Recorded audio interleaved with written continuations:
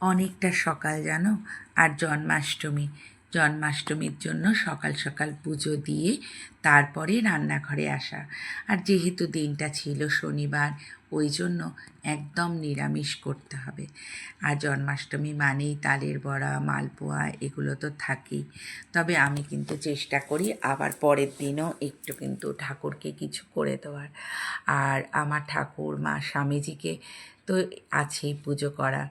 তারপরে ওই দিনটা ছিল লোকনাথ বাবার জন্মতিথি জন্মাষ্টমীতে, তাই জন্য লোকনাথ বাবাকেও একটু সুন্দর করে প্রসাদ ফল নিবেদন করলাম। আর সঙ্গে রয়েছে নারায়ণ।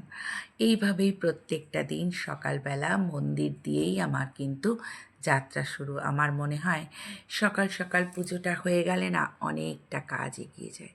জানি না আমার সাথে তোমরা কে একমত হবে। তারপর একটু আরতি করে ঠাকুর প্রণাম করে, আমাকে তো আহ্নিক করতে হয় যেহেতু আমি দীক্ষাও নিয়েছি, সেগুলো সেরে সোজা রান্নাঘরে আসতে হয়। আর সকালবেলা পুজো দিলে না মনটা ভীষণ ভালো হয়ে যায়, একটা পজিটিভ ভাইবস পাই জানো তো। রান্নাটা শেষ করে সোজা রান্নাঘর থেকে টেবিলের মধ্যে এনে রাখলাম। একটু ঠান্ডা না হলে এখন আবার যেহেতু গরমটা, ওই জন্য একটুখানি নষ্ট হয়ে যায়। তারপর ব্রেকফাস্টে একটু চিড়ের পোলাও করে নিয়েছিলাম।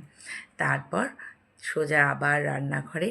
আর যে রান্নাটা তোমাদের সাথে শেয়ার করছি সেটা জানো আমার মায়ের একটা রেসিপি, একদম সম্পূর্ণ অন্যরকম। একটু রেগুলারের মশলা দিয়ে এটা গাঁটি কচু আলুর তরকারি করছি।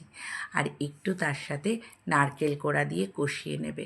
নামানোর আগে ঘি আর একটুখানি মিষ্টি দিও, গরম মশলা দিও না, দেখবে অন্য রকমের একটা ফ্লেভার পাবে। ভেন্ডি আলু ভাজা, এই নিরামিষের বেশ কিছু রান্না।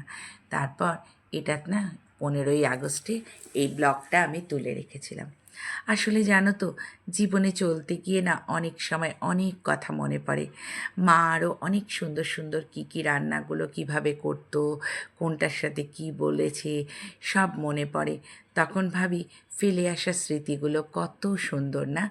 আর এখন আমি সেগুলোকেই উপলব্ধি করি আর মাঝে মাঝে ছেলের সাথে শেয়ার করি। এই জায়গাটা না আমাদের ভীষণ সুন্দর, তাই শেয়ার করলাম। সবাই ভালো থেকো।